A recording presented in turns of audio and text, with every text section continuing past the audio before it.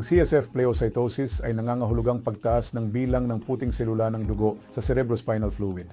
Ang cerebrospinal fluid ay kinukuha sa pamamagitan ng lumbar puncture kung saan tinutusok ang karayom sa ibabang bahagi ng likod upang kumuha ng likido at ipadala para sa pagsusuri. Karaniwan, ang mga selula, lalo na ang puting selula ng dugo sa CSF, ay hindi dapat lumampas sa 5 selula kada cubic millimeter o microliter. Kung higit sa 5 selula ang makita, ito ay tinatawag na cerebral CSF pleocytosis. Kung ito ay nasa pagitan ng 5 hanggang 25, ito ay tinatawag na banayad.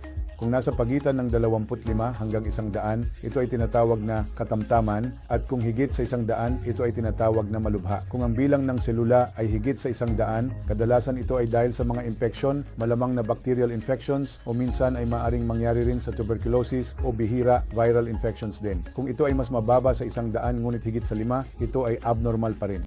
Ngunit maraming iba pang mga posibleng sanhi na maaaring magdulot nito bukod pa sa mismong mga infeksyon. Maaring ito ay dulot ng mga malignancy ng ibang bahagi ng katawan na kumalat na sa mga meninges.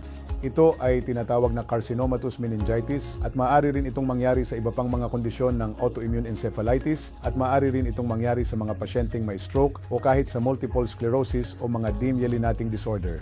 Kaya bagamat ang pagtaas ng protina ay hindi proporsyonal at mas mataas kumpara sa pagtaas ng bilang ng selula sa ibang mga kondisyon.